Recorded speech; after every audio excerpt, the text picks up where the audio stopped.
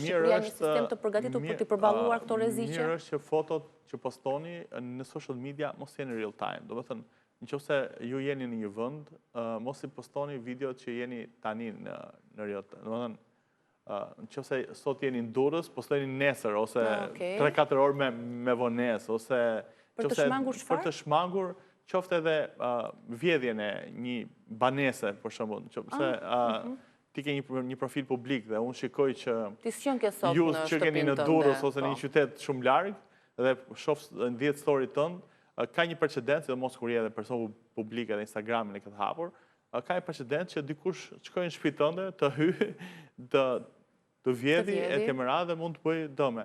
Ose edhe në rastin kur ka ndonjë keqbërës që do të bëjë diçka, ose e di që ti je në këtë vendin, ose një stalker, ose një individ tjetër që do të bëjë diçka të keqe, ose do të të sulmoj, ose do të bëjë një... Po jemi në këto limitet e privatësisë, nuk kam por që asnjëherë nuk duhen bërë share real time gjëra. Vendodhjen ku jemi ose... Ti mund t'i bësh share, po vetëm 3-4 orë mbasi ka ndodhur ajo gjëja. Jo në real time, sepse është një farë mënyrë ti ruan përveç se edhe e poston, heq atë dëshirën për ta postuar, por edhe ruan një farë mënyrë privatësinë tënde